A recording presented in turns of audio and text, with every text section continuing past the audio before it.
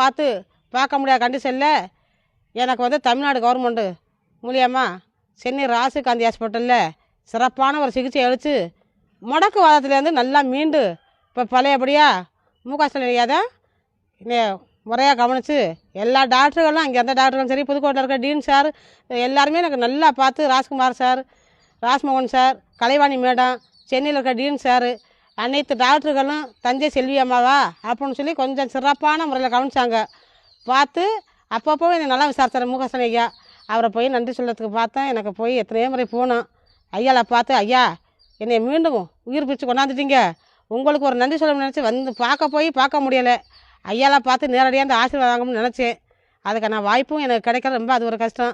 இருந்தாலும் என்னை தஞ்சை செல்வியை இந்த முறையை நல்லா ஆக்கி கொண்டாந்ததுக்கு ரொம்ப நன்றி.